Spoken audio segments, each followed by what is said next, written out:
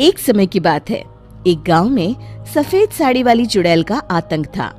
चुड़ैल रात भर गांव में घूमती और गांव का जो भी आदमी उसे दिखाई देता उसे वो घायल कर देती। अरे कोई तो बचाओ, मर गया रे। एक रात हरिया अपने खेत से अपने घर लौट रहा था कि तभी अचानक उसके सामने चुड़ैल आ जाती है। अरे बाप रे, ये चुड़ैल कहाँ से आ गई? आज तो मैं गया काम से।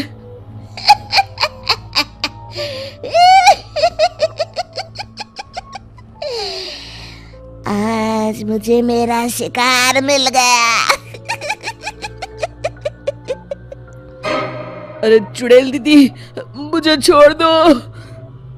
जैसे ही चुड़ैल हरिया की तरफ बढ़ती है, हरिया वहां से भाग जाता है और अपने घर के दरवाजे पे पहुंचता है। अरे भगवान, जल्दी से दरवाजा खोलो, मेरे पीछे चुड़ैल पड़ी है। हरिया की पत्नी जल्दी से दरवाजा खोल देती है।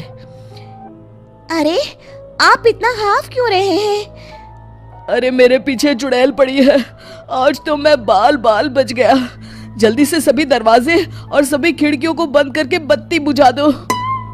तभी चुड़ैल हरिया के घर के पास पहुंच जाती है।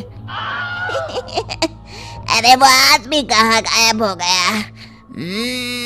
मैं भी देखती हूँ आखिर कब तक बचेगा। मैं अपने शिकार को इतनी आसानी से नहीं छोड़ती। इतना कहकर चुड़ैल वहां से चली जाती है।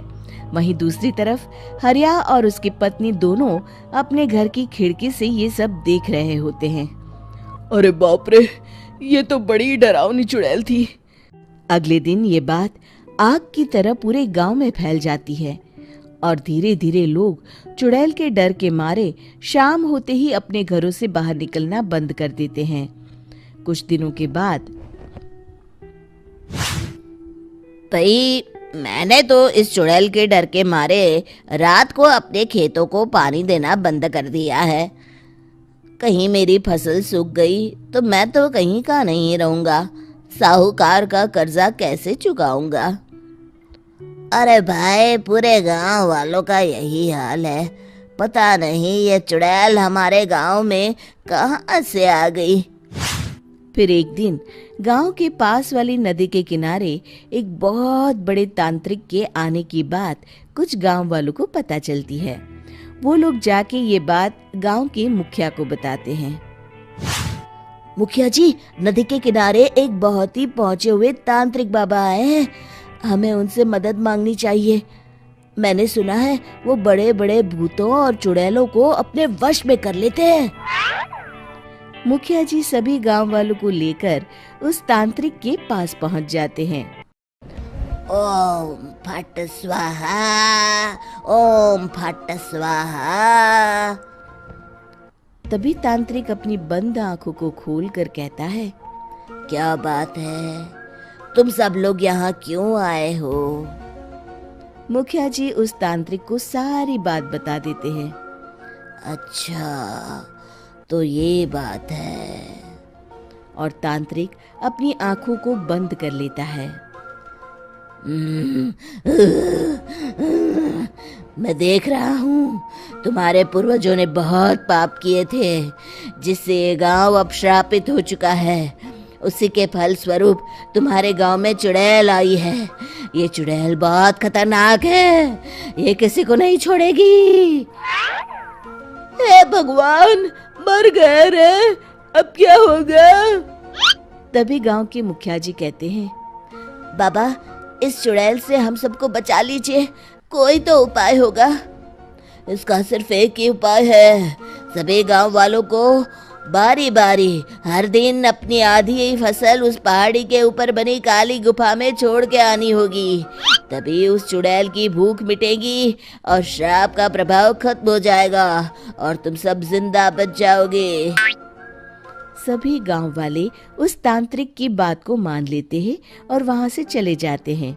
फिर अगले दिन से रोज उस गांव के लोग बारी बारी से अपनी आधी फसल उस काली गुफा के पास जाकर रखाते। कुछ दिनों बाद हरिया की बारी आती है। बाप रे, आज तो मेरी बारी है उस काली गुफा में जाने की। क्या करूं, वो तो बड़ी खतरनाक चुड़ैल है। मेरे तो हाथ पैर कांप रहे हैं। फिर हरिया डरते डरते अनाज की बोरियां अपनी बैलगाड़ी में लाद देता है। तभी हरिया की पत्नी उससे कहती है, देखो जी, संभल के जाना और किसी भी हालत में शाम होने से पहले वापस आ जाना। उस चुड़ैल का कोई भरोसा नहीं है जी। हरिया बैलगाड़ी में बैठते हुए कहता है, भगवान, मैं क्या वापस आऊंगा? लगता है अब तो मेरी खबर ही आएगी।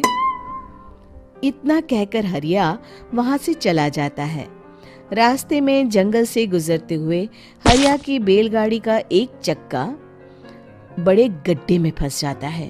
हे भगवान, अब ये क्या मुसीबत है? हरिया नीचे उतर के पूरी ताकत से अपनी बैलगाड़ी को गड्ढे से निकालने की कोशिश करता है। बहुत देर मेहनत करने के बाद हरिया की बैलगाड़ी उस गड्ढे से बाहर निकल जाती है।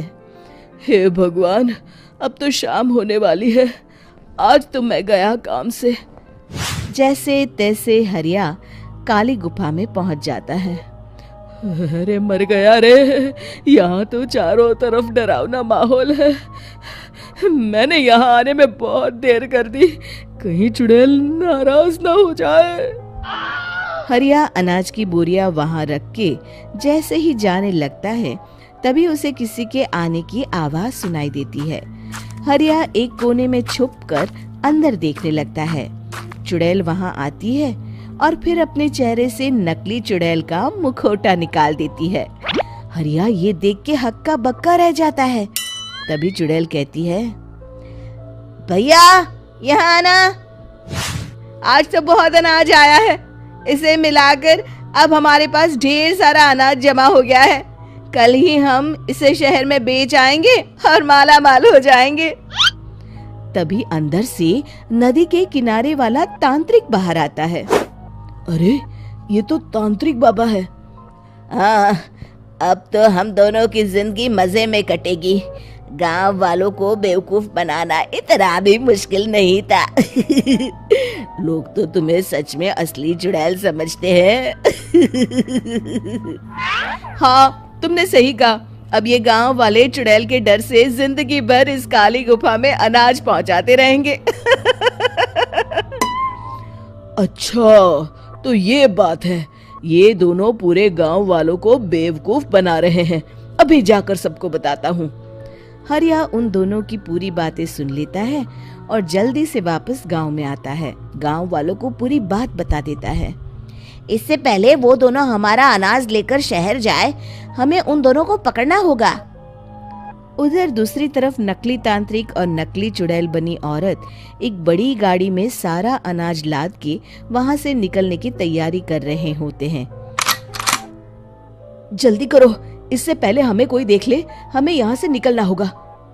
और तभी वो दोनों देखते हैं कि सामने से सभी गांव वाले अपने अपने हाथों में मशाल लेके आ रहे हैं। दोनों बुरी तरह डर जाते हैं। रुक जाओ, तुम दोनों का भांडा फूट चुका है। अरे मर गए रे, ये गांव वाले कहाँ से आ गए? तुमने क्या सोचा इतनी आसानी से यहाँ से निकल जाओगे? ये अनाज हमने अपने खून पसीने से दिन रात खेतों में मेहनत करके उगाया है। दोनों मुखिया जी के पैरों में गिर जाते हैं। हमें माफ कर दीजिए, हम दोनों एक नंबर के कामचोर हैं। बिना मेहनत किए पैसे कमाना चाहते थे। हाँ, अब हम आगे से मेहनत मजदूरी करके पैसे कमाएंगे। हमें कुछ मत करना, हमें छोड़ दीजिए। इतना कह के दोनों गांव छोड़ के भाग जाते हैं और सभी गांव वाले फिर से खुशी खुशी रहने लगते हैं। शिक्षा, तभी तो कहते हैं कि किसी भी समस्या का समाधान केवल सूझबूझ से ही करना चाहिए और कभी हिम्मत नहीं हारनी चाहिए। दोस्तों, हमें उम्मीद है कि आपको हमारी ये कहानी पसंद आई होगी। कृपया हमारे चैनल को सब्सक्राइब करें और सभी अपडेट्स के लिए बेल आइकन जरूर दबाएं। और हाँ, वीडियो लाइक और शेयर करना मत भूलिएगा। Bye bye.